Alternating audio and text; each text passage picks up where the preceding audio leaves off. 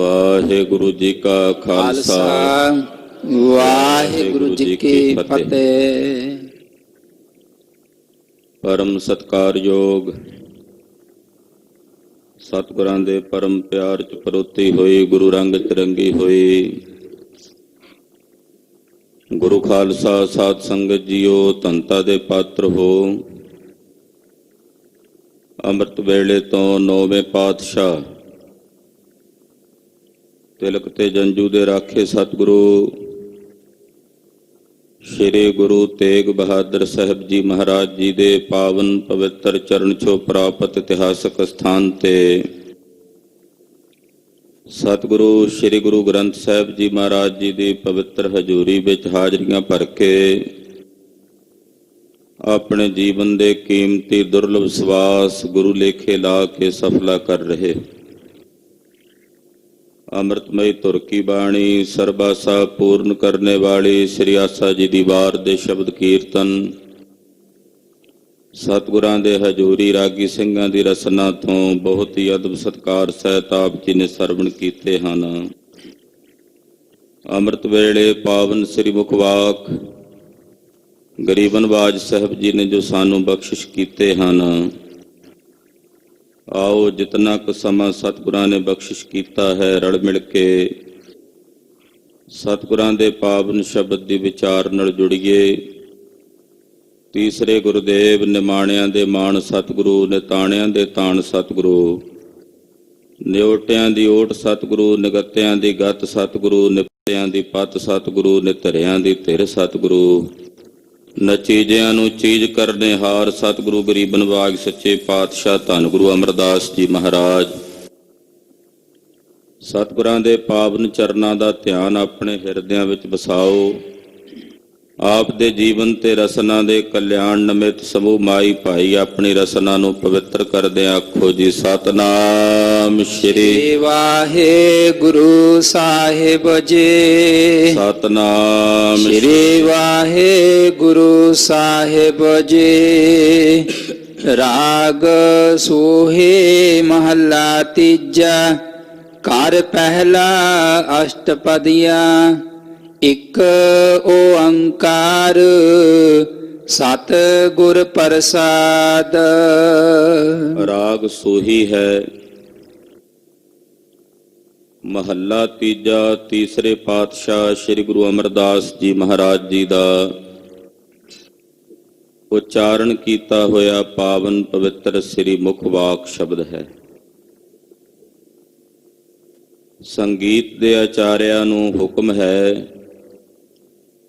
ਕਿ ਸੰਗੀਤ ਦੇ ਘਰ ਪਹਿਲੇ ਵਿੱਚ ਇਸ ਪਾਵਨ ਸ਼ਬਦ ਨੂੰ ਗਾਇਨ ਕਰਨਾ। ਅਸ਼ਟਪਦੀਆਂ ਹਨ। ਪ੍ਰਾਰੰਭ ਵਿੱਚ ਮੰਗਲਾਚਰਨ ਕੀਤਾ ਹੈ। ਜਿਤਨੇ ਵੀ ਆਸਥਾਵਾਨ ਵਾਹਿਗੁਰੂ ਅਕਾਲ ਪੁਰਖ ਪਰਮੇਸ਼ਰ ਦੀ ਹੋਂਦ ਨੂੰ ਮੰਨਣੇ ਵਾਲੇ ਹਨ, ਜਦੋਂ ਵੀ ਕਿਸੇ ਧਰਮ ਗ੍ਰੰਥ ਦੀ ਰਚਨਾ ਕਰਨ ਲੱਗਦੇ ਨੇ, ਕਿਸੇ ਪੁਸਤਕ ਦਾ ਪ੍ਰਾਰੰਭ ਕਰਨ ਲੱਗਦੇ ਨੇ, ਪ੍ਰਾਰੰਭ ਵਿੱਚ ਉਹ ਆਪਣੇ ਇਸ਼ਟ ਦਾ ਮੰਗਲ ਕਰਦੇ ਹਨ। ਸਤਿਗੁਰੂ ਜੀ ਦੇ ਇਸ਼ਟ ਅਕਾਲ ਪੁਰਖ ਜੀ ਹਨ। ਅਕਾਲ ਪੁਰਖ ਨਿਰੰਕਾਰ ਵਾਹਿਗੁਰੂ ਪਰਮੇਸ਼ਰ ਜੀ ਹਨ। ਇਸ ਕਰਕੇ ਇਸ਼ਟ ਦਾ ਹੀ ਇਹ ਮੰਗਲ ਹੈ ਕਿ ਅਕਾਲ ਪੁਰਖ ਇੱਕ ਹੈ। ਇੱਕ ਦਾ ਮਤਲਬ ਜੋ ਅਦੁੱਤੀ ਹੈ, ਜਿਸ ਵਰਗਾ ਕੋਈ ਦੂਜਾ ਨਹੀਂ। ਸੰਗਿਆਵਾਚਕ ਇੱਕ ਹੈ। ਸਜਾਤੀ ਵਿਜਾਤੀ ਸਵਗਤ ਤਿੰਨਾਂ ਭੇਦਾਂ ਤੋਂ ਰਹਿਤ ਹੈ। ਓੰਕਾਰ ਜੋ ਸਾਰਿਆਂ ਵਿੱਚ ਵਿਆਪਕ ਹੈ ਔਰ ਸਰਬ ਦਾ ਪ੍ਰਕਾਸ਼ਕ ਹੈ। ਸਭ ਵਿੱਚ ਵਿਆਪਕ ਵੀ ਹੈ ਔਰ ਸਾਰਿਆਂ ਨੂੰ ਪ੍ਰਕਾਸ਼ਣੇ ਵਾਲਾ ਵੀ ਹੈ। ਕਿਵੇਂ ਪ੍ਰਾਪਤ ਹੁੰਦਾ ਹੈ? ਉਸ ਦੇ ਸਵਰੂਪ ਦਾ ਸਾਖਸ਼ਾਤਕਾਰ ਕਿਵੇਂ ਹੁੰਦਾ ਹੈ?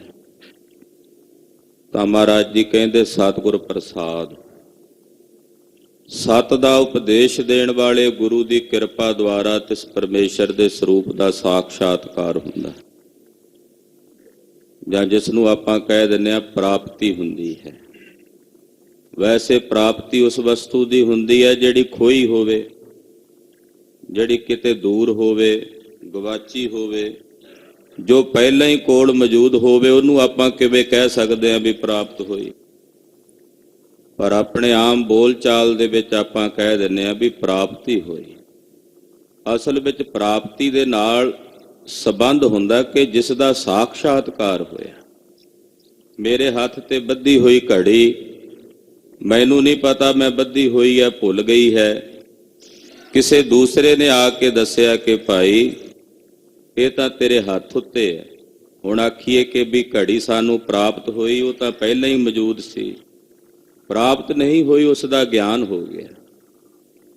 ਉਹ ਓੰਕਾਰ ਜੋ ਸਾਰਿਆਂ ਵਿੱਚ ਵਿਆਪਕ ਔਰ ਸਰਬ ਦਾ ਪ੍ਰਕਾਸ਼ਕ ਨਿਰੰਕਾਰ ਵਾਹਿਗੁਰੂ ਹੈ, ਉਸ ਦੇ ਸਰੂਪ ਦਾ ਸਾਖਸ਼ਾਤਕਾਰ ਸਤਿਗੁਰਾਂ ਦੀ ਕਿਰਪਾ ਦੁਆਰਾ ਹੁੰਦਾ ਹੈ। ਸਤਿਗੁਰ ਪ੍ਰਸਾਦ, ਜਦੋਂ ਸੱਚਾ ਉਪਦੇਸ਼ ਦੇਣ ਵਾਲੇ ਸਤਿਗੁਰੂ ਜੀ ਕਿਰਪਾ ਕਰਦੇ ਨੇ ਤਾਂ ਤਿਸ ਨਿਰੰਕਾਰ ਪਰਮੇਸ਼ਰ ਦੇ ਸਰੂਪ ਦੀ ਪ੍ਰਾਪਤੀ ਹੁੰਦੀ ਹੈ। ਨਾਮੈ ਹੀ ਤੇ ਸਭ ਕਿਛ ਹੋਆ, ਬਿਨ ਸਤਿਗੁਰ ਨਾਮ ਨਾ ਜਾਪੈ। ਜਿਤਨਾ ਗਿਆਨ ਹੈ, ਜਿਤਨਾ ਧਿਆਨ ਹੈ, ਜਿਤਨੇ ਜਪ ਤਪ ਨੇ, ਇਹ ਸਭ ਵਾਹਿਗੁਰੂ ਪਰਮੇਸ਼ਰ ਦੇ ਨਾਮ ਤੋਂ ਹੀ ਉਤਪੰਨ ਹੁੰਦੇ ਹੈ। ਚਾਹੇ ਗਿਆਨ ਹੈ, ਚਾਹੇ ਵੈਰਾਗ ਹੈ, ਚਾਹੇ ਉਹ ਵਿਵੇਕ ਹੈ, ਚਾਹੇ ਉਹ ਖਟ ਸੰਪਤੀ ਹੈ। ਮਹਾਂਪੁਰਸ਼ ਦੱਸਦੇ ਹੈ ਕਿ ਜਿਹੜਾ ਅਧਿਕਾਰੀ ਹੈ ਉਹਦੇ ਵਿੱਚ ਇਹ ਚਤੁਸ਼ਟਾ ਸਾਧਨ ਹੋਣੇ ਜ਼ਰੂਰੀ ਨੇ। ਚਾਰਾਂ ਸਾਧਨਾ ਸਹਿਤ ਸੰਪੰਨ ਹੋਵੇ ਸਿੱਖ ਤਾਂ ਗੁਰੂ ਉਪਦੇਸ਼ ਦਿੰਦਾ। ਉਹਦੇ ਵਿੱਚ ਵਿਵੇਕ ਵੀ ਹੈ, ਵੈਰਾਗ ਵੀ ਹੈ, ਖਟ ਸੰਪਤੀ ਹੈ, ਫਿਰ ਮਮੋਕਸ਼ੂ ਹੋਣਾ। ਇਹ ਚਾਰ ਸਾਧਨ ਨੇ। ਤੋ ਵੈਰਾਗ ਦੀ ਉਤਪਤੀ ਵੀ ਨਾਮ ਚੋਂ ਹੀ ਹੁੰਦੀ ਹੈ। ਵਿਵੇਕ ਜਿਸ ਨੂੰ ਆਪਾਂ ਵਿਚਾਰ ਕਹਿੰਦੇ ਹਾਂ, ਉਹ ਵਿਵੇਕ ਬੁੱਧੀ ਵੀ ਸਤਿਗੁਰਾਂ ਦੇ ਨਾਮ ਚੋਂ ਹੀ ਉਤਪੰਨ ਹੁੰਦੀ ਹੈ। ਖਟ ਸੰਪਤੀ, ਸਮਦਮ ਆਦਿਕ ਤਿਤਿਕਸ਼ਾ ਉਪਰਤੀ, ਇਹ ਵੀ ਪਰਮੇਸ਼ਰ ਦੇ ਨਾਮ ਚੋਂ ਹੀ ਉਤਪੰਨ ਹੁੰਦੇ ਹਨ। ਮੁਕਤ ਹੋ ਜਾਣ ਦੀ ਜਿਹੜੀ ਇੱਛਾ ਹੈ, ਇਹ ਵੀ ਵਾਹਿਗੁਰੂ ਦੇ ਨਾਮ ਦੁਆਰਾ ਹੀ ਉਤਪੰਨ ਹੁੰਦੀ ਹੈ। ਔਰ ਵਾਹਿਗੁਰੂ ਪਰਮੇਸ਼ਰ ਦੇ ਨਾਮ ਦੁਆਰਾ ਹੀ ਗਿਆਨ ਦੀ ਉਤਪਤੀ ਹੁੰਦੀ ਹੈ। ਉਹ ਗਿਆਨ ਨਹੀਂ ਜਿਹੜਾ ਕਿਤਾਬਾਂ ਪੁਸਤਕਾਂ ਵਿੱਚ ਪੜ੍ਹ ਕੇ ਅਸੀਂ ਹਾਸਲ ਕਰ ਲਈਏ। ਇਹ ਤਤਵ ਗਿਆਨ ਹੈ, ਆਪਣੇ ਨਿਜ ਸਵਰੂਪ ਦਾ ਗਿਆਨ ਹੈ। ਔਰ ਆਪਣੇ ਨਿਜ ਆਪੇ ਦਾ ਗਿਆਨ ਵਾਹਿਗੁਰੂ ਪਰਮੇਸ਼ਰ ਦੇ ਨਾਮ ਦੁਆਰਾ ਹੁੰਦਾ ਹੈ।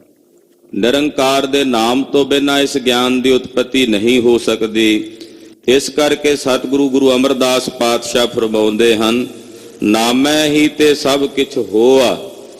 ਇਹ ਜਿਤਨਾ ਗਿਆਨ ਧਿਆਨ ਹੈ, ਵੈਰਾਗ ਵਿਵੇਕ ਆਦਿਕ ਸ਼ੁਭ ਗੁਣ ਨੇ, ਇਹ ਸਾਰੇ ਸ਼ੁਭ ਗੁਣ ਵਾਹਿਗੁਰੂ ਪਰਮੇਸ਼ਰ ਦੇ ਨਾਮ ਤੋਂ ਹੀ ਉਤਪੰਨ ਹੁੰਦੇ ਨੇ। ਕੋਈ ਪੁੱਛੇ ਕਿ ਸ਼ੁਭ ਗੁਣ ਪਹਿਲਾਂ ਆਉਂਦੇ ਆ ਫਿਰ ਨਾਮ ਜਪੀਏ, ਜਾਂ ਨਾਮ ਜਪੀਏ ਫਿਰ ਸ਼ੁਭ ਗੁਣ ਆਉਂਦੇ ਹਨ? ਕੋਈ ਜਗਿਆਸੂ ਪੁੱਛ ਲਵੇ ਤਾਂ ਕੀ ਜਵਾਬ ਹੈ ਇਹਦਾ? ਗੁਰੂ ਅਮਰਦਾਸ ਪਾਤਸ਼ਾਹ ਕਹਿੰਦੇ, ਜਦੋਂ ਨਾਮ ਜਪੋਗੇ ਫਿਰ ਸ਼ੁਭ ਗੁਣ ਆਉਣਗੇ। ਆਖੋ ਸਤਿਨਾਮ ਸ੍ਰੀ ਵਾਹਿਗੁਰੂ। ਨਾਮ ਦੀ ਆਰਾਧਨਾ ਦੁਆਰਾ ਸ਼ੁਭ ਗੁਣਾਂ ਦੀ ਉਤਪਤੀ ਹੁੰਦੀ ਹੈ। ਨਾਮ ਬੀਜ ਹੈ। ਜਦੋਂ ਇਹ ਬੀਜ ਬੀਜਾਂਗੇ ਸ਼ੁਭ ਗੁਣਾਂ ਦੀ ਫਸਲ ਉੱਗੇਗੀ। ਇਸ ਕਰਕੇ ਨਾਮ ਤੋਂ ਹੀ ਸਾਰੇ ਸ਼ੁਭ ਗੁਣ ਉਤਪੰਨ ਹੁੰਦੇ ਨੇ। ਅਕਸਰ ਕਈ ਕਹਿ ਦਿੰਦੇ ਆ, ਕੀ ਲੋੜ ਹੈ ਨਾਮ ਜਪਣ ਦੀ ਜੀ, ਗੁਣ ਸ਼ੁਭ ਧਾਰਨ ਕਰਨੇ ਚਾਹੀਏ। ਸ਼ੁਭ ਗੁਣ ਹੋਣੇ ਚਾਹੀਦੇ ਨੇ। ਨਾਮ ਜਪ ਕੇ ਕੀ ਪ੍ਰਾਪਤ ਹੁੰਦਾ ਹੈ? ਭਾਈ ਸ਼ੁਭ ਗੁਣ ਆਉਂਦੇ ਹੀ ਨਾਮ ਜਪ ਕੇ ਹਨ। ਨਾਮ ਜਪੇ ਬਿਨਾਂ ਸ਼ੁਭ ਗੁਣਾਂ ਦੀ ਉਤਪਤੀ ਨਹੀਂ ਹੋ ਸਕਦੀ ਹੈ। ਜਿਤਨੇ ਵੀ ਸ਼ੁਭ ਗੁਣ ਨੇ, ਚਾਹੇ ਉਹ ਸਬਰ ਹੈ, ਸੰਤੋਖ ਹੈ, ਦਇਆ ਹੈ, ਖਿਮਾ ਹੈ, ਅਹਿੰਸਾ ਹੈ, ਜਿਤਨੇ ਵੀ ਸ਼ੁਭ ਗੁਣ ਨੇ, ਉਹ ਸਾਰੇ ਸ਼ੁਭ ਗੁਣ ਵਾਹਿਗੁਰੂ ਪਰਮੇਸ਼ਰ ਦੇ ਨਾਮ ਦੁਆਰਾ ਉਤਪੰਨ ਹੁੰਦੇ ਹਨ। ਗੁਰੂ ਘਰ ਵਿੱਚ ਨਾਮ ਜਪਣ ਦਾ ਸਿਧਾਂਤ ਸਭ ਤੋਂ ਸ੍ਰੇਸ਼ਟ ਤੇ ਸਰਵੋਤਮ ਹੈ। ਹਿਰਦੇ ਵਿੱਚ ਗਿਆਨ ਭਾਵੇਂ ਅਹੰ ਬ੍ਰਹਮ ਅਸਮੀ ਦਾ ਹੀ ਹੈ, ਪਰ ਰਸਨਾ ਦੁਆਰਾ ਵਾਹਿਗੁਰੂ ਪਰਮੇਸ਼ਰ ਦੇ ਨਾਮ ਦੀ ਆਰਾਧਨਾ ਹੈ। ਵਾਹਿਗੁਰੂ ਪਰਮੇਸ਼ਰ ਦੇ ਨਾਮ ਦਾ ਚਿੰਤਨ ਹੈ, ਦਾਸਾ ਭਾਵ ਧਾਰਨ ਕਰਕੇ। ਤੋ ਮਹਾਰਾਜ ਜੀ ਕਹਿੰਦੇ, ਨਾਮ ਦੁਆਰਾ ਸਾਰਾ ਕੁਝ ਉਤਪੰਨ ਹੁੰਦੇ ਨੇ, ਜਿਤਨੇ ਵੀ ਸ਼ੁਭ ਗੁਣ ਨੇ। ਪਰ ਸਤਿਗੁਰਾਂ ਤੋਂ ਬਿਨਾਂ ਨਾਮ ਜਪਿਆ ਨਹੀਂ ਜਾ ਸਕਦਾ। ਨਾਮ ਦੀ ਪ੍ਰਾਪਤੀ ਤਾਂ ਗੁਰੂ ਸਾਹਿਬ ਕੋਲੋਂ ਹੋਣੀ ਹੈ। ਜਦੋਂ ਸਤਿਗੁਰੂ ਜੀ ਕਿਰਪਾ ਕਰਦੇ ਨੇ ਤਦੇ ਵਾਹਿਗੁਰੂ ਪਰਮੇਸ਼ਰ ਦੇ ਨਾਮ ਦੀ ਪ੍ਰਾਪਤੀ ਹੁੰਦੀ ਹੈ। ਸਤਿਗੁਰਾਂ ਤੋਂ ਬਿਨਾਂ, ਸਤਿਗੁਰਾਂ ਦੇ ਤਰਸ ਤੋਂ ਬਿਨਾਂ, ਇਦਾਂ ਕਹਿ ਲਈਏ ਕਿ ਸਤਿਗੁਰਾਂ ਦੀ ਕਿਰਪਾ ਤੋਂ ਬਿਨਾਂ, ਸਤਿਗੁਰਾਂ ਦੀ ਮਿਹਰ ਤੋਂ ਬਿਨਾਂ ਵਾਹਿਗੁਰੂ ਪਰਮੇਸ਼ਰ ਦਾ ਨਾਮ ਜਪਿਆ ਨਹੀਂ ਜਾ ਸਕਦਾ। ਕਿਉਂਕਿ ਜਿਸ ਨਾਮ ਦੁਆਰਾ, ਨਾਮ ਤਾਂ ਸਾਰੇ ਹੀ ਵਾਹਿਗੁਰੂ ਪਰਮੇਸ਼ਰ ਦੇ ਬੇਅੰਤ ਨੇ, ਸਾਰਿਆਂ ਤੋਂ ਬਾਰੇ ਜਾਈਏ, ਪਰ ਜਿਹੜਾ ਨਾਮ ਸਤਿਗੁਰੂ ਜੀ ਬਖਸ਼ਦੇ ਨੇ, ਉਸ ਨਾਮ ਦੁਆਰਾ ਸਤਿਗੁਰਾਂ ਦੀ ਸ਼ਕਤੀ ਉਸ ਨਾਮ ਦੇ ਨਾਲ ਨਾਲ ਸਿੱਖ ਤੱਕ ਪਹੁੰਚਦੀ ਹੈ।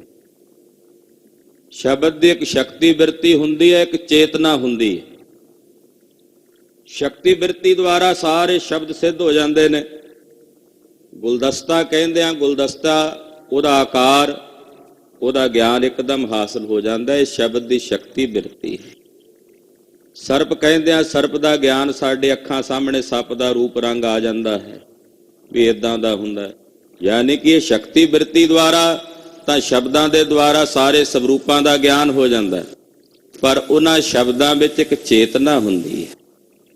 ਉਹ ਚੇਤਨਾ ਤਦੇ ਜਾਗਦੀ ਹੈ ਜਦੋਂ ਸਤਿਗੁਰੂ ਜੀ ਉਸ ਸ਼ਬਦ ਦੀ ਖੁਦ ਸਾਧਨਾ ਕਰਕੇ ਉਸ ਸ਼ਬਦ ਦੀ ਚੇਤਨਤਾ ਨੂੰ ਜਗਾਉਂਦੇ ਨੇ। ਜੋ ਗੁਰ ਮੰਤਰ ਸਤਿਗੁਰੂ ਜੀ ਨੇ ਸਾਨੂੰ ਬਖਸ਼ਿਸ਼ ਕੀਤਾ, ਮੂਲ ਮੰਤਰ ਸਤਿਗੁਰਾਂ ਨੇ ਸਾਨੂੰ ਬਖਸ਼ਿਸ਼ ਕੀਤਾ, ਗੁਰਬਾਣੀ ਦੀ ਸਾਨੂੰ ਬਖਸ਼ਿਸ਼ ਕੀਤੀ ਹੈ, ਇਹਨਾਂ ਸ਼ਬਦਾਂ ਦੀ ਚੇਤਨਾ ਨੂੰ ਸਤਿਗੁਰਾਂ ਨੇ ਜਗਾਇਆ ਹੋਇਆ। ਜਦੋਂ ਰੋੜੀ ਸਾਹਿਬ ਵਿਖੇ ਭਾਰੀ ਕਰੀ ਤਪੱਸਿਆ ਧੰਨ ਗੁਰੂ ਨਾਨਕ ਸਾਹਿਬ ਸੱਚੇ ਪਾਤਸ਼ਾਹ ਨੇ, ਤਾਂ ਉਹ ਸ਼ਬਦ ਦੀ ਚੇਤਨਾ ਨੂੰ ਜਗਾਇਆ। ਜਦੋਂ ਉਹ ਸ਼ਬਦ ਸਤਿਗੁਰੂ ਜੀ ਆਪਣੇ ਸਿੱਖ ਨੂੰ ਬਖਸ਼ਦੇ ਨੇ, ਫਿਰ ਉਹਦੇ ਨਾਲ ਉਸ ਸ਼ਬਦ ਦੇ ਵਿੱਚ ਜਿਹੜੀ ਗੁਰੂ ਦੀ ਸ਼ਕਤੀ ਹੈ, ਗੁਰੂ ਦੀ ਜਿਹੜੀ ਚੇਤਨਾ ਹੈ, ਉਹ ਗੁਰਸਿੱਖ ਦੇ ਹਿਰਦੇ 'ਚ ਕਰਮ ਕਰਦੀ ਹੈ। ਇਸ ਕਰਕੇ ਸਤਿਗੁਰਾਂ ਤੋਂ ਬਿਨਾਂ ਨਹੀਂ ਨਾਮ ਜਪਿਆ ਜਾ ਸਕਦਾ। ਯਾਨੀ ਕਿ ਜ਼ਰੂਰੀ ਹੈ ਕਿ ਗੁਰੂ ਸਾਹਿਬ ਜੀ ਦੀ ਗੁਰ ਦਿਕਸ਼ਾ ਨੂੰ ਪ੍ਰਾਪਤ ਕਰਨਾ, ਪੰਜਾਂ ਪਿਆਰਿਆਂ ਕੋਲੋਂ ਗੁਰਮੰਤਰ ਦੀ ਦਾਤ ਲੈਣੀ। ਵਾਹਿਗੁਰੂ ਸਾਰੇ ਜਪਦੇ ਆ ਆਪਾਂ, ਪਰ ਜਦੋਂ ਪੰਜਾਂ ਦੇ ਦੁਆਰਾ ਹੋ ਕੇ ਸਾਡੇ ਤੱਕ ਪਹੁੰਚਦਾ, ਉਹਦੇ ਵਿੱਚ ਫਿਰ ਕਲਗੀਧਰ ਪਾਤਸ਼ਾਹ ਜੀ ਦੀ ਸ਼ਕਤੀ ਨਾਲ ਸਾਡੇ ਤੱਕ ਪਹੁੰਚਦੀ ਹੈ। ਗੁਰੂ ਸਾਹਿਬ ਜੀ ਦੀ ਜਿਹੜੀ ਸ਼ਕਤੀ ਹੈ, ਚੇਤਨਾ ਹੈ, ਉਸ ਗੁਰਮੰਤਰ ਦੇ ਦੁਆਰਾ, ਮੂਲ ਮੰਤਰ ਦੇ ਦੁਆਰਾ ਜਦੋਂ ਪੰਜ ਪਿਆਰੇ ਸਹਿਬਾਨ ਹੁਕਮ ਕਰਦੇ ਨੇ, ਤਾਂ ਉਹ ਪੰਜ ਪਿਆਰੇ ਕੇਵਲ ਪੰਜ ਸਰੀਰ ਕਰਕੇ ਨਹੀਂ ਜਾਣਦੇ, ਕਲਗੀਧਰ ਦਾ ਸਵਰੂਪ ਕਰਕੇ ਜਾਣਦੇ। ਉਹਨਾਂ ਦੁਆਰਾ ਕਲਗੀਧਰ ਪਾਤਸ਼ਾਹ ਜੀ ਦੀ ਸ਼ਕਤੀ ਸਿੱਖ ਤੱਕ ਪਹੁੰਚਦੀ ਹੈ। ਇਸ ਕਰਕੇ ਇੱਥੇ ਗੁਰੂ ਅਮਰਦਾਸ ਤੀਸਰੇ ਪਾਤਸ਼ਾਹ ਫੈਸਲਾ ਕਰਦੇ ਨੇ ਕਿ ਸਤਿਗੁਰਾਂ ਤੋਂ ਬਿਨਾਂ ਵਾਹਿਗੁਰੂ ਨਿਰੰਕਾਰ ਅਕਾਲ ਪੁਰਖ ਪਰਮੇਸ਼ਰ ਦਾ ਨਾਮ ਨਹੀਂ ਜਪਿਆ ਜਾ ਸਕਦਾ।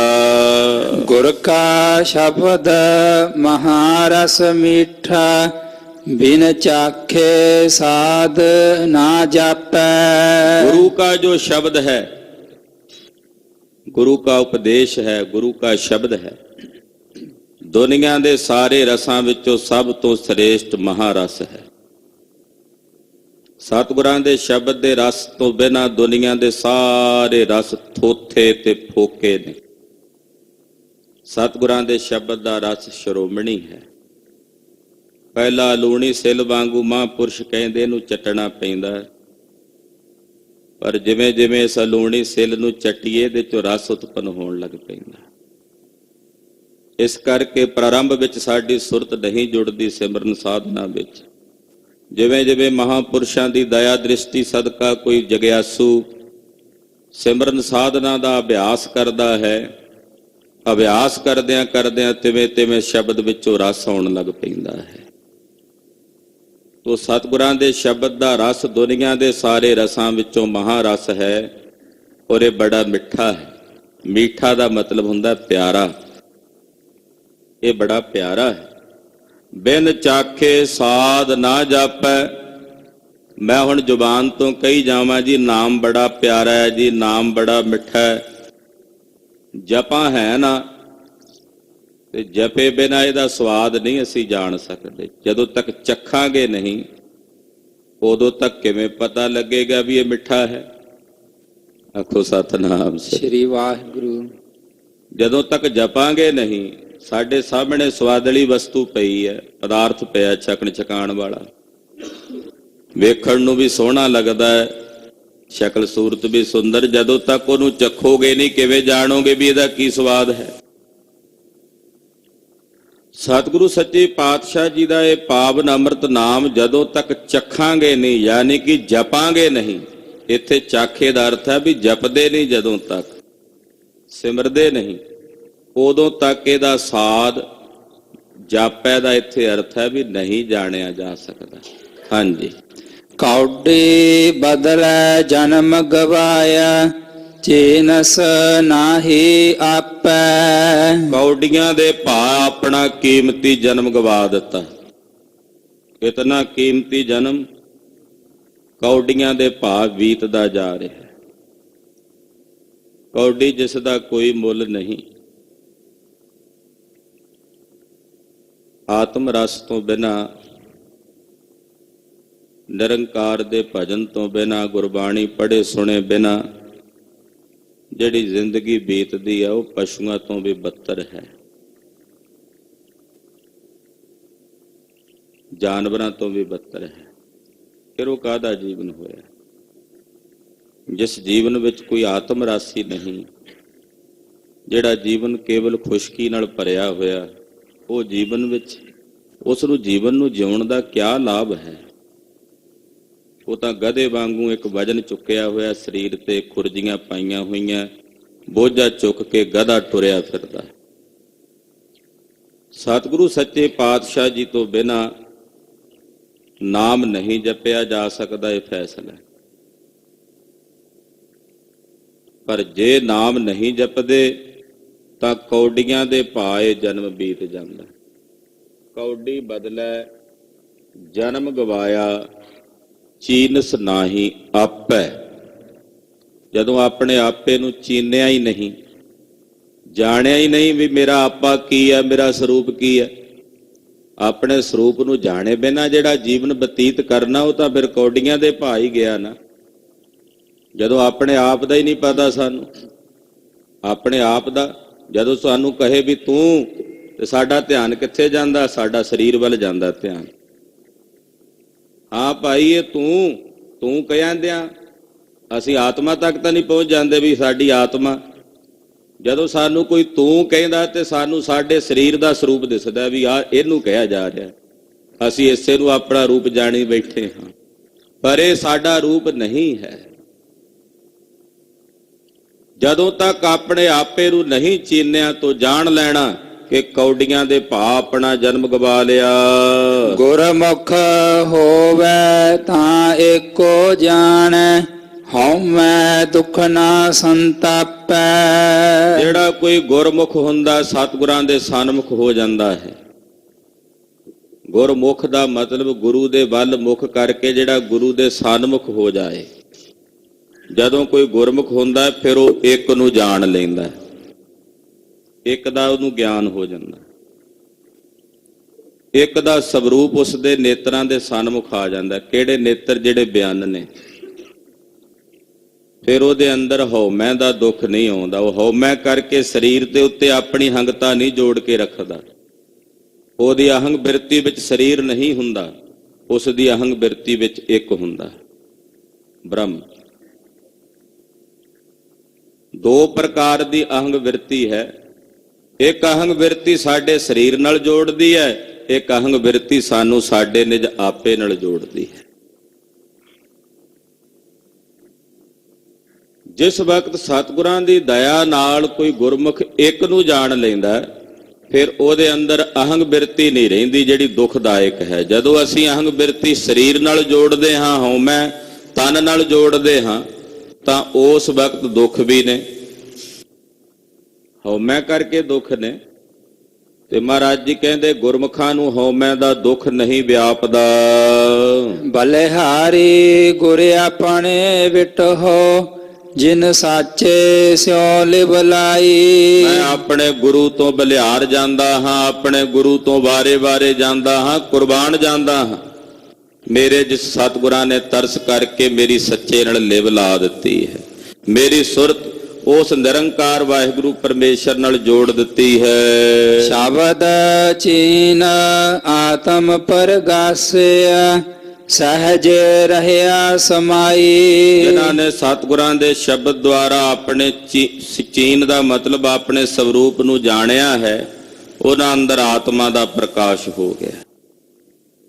ਉਹਨਾਂ ਜਾਣ ਲਿਆ ਕਿ ਸਭ ਗੋਬਿੰਦ ਹੈ, ਸਭ ਗੋਬਿੰਦ ਹੈ, ਗੋਬਿੰਦ ਬਿਨ ਨਹੀਂ ਕੋਈ।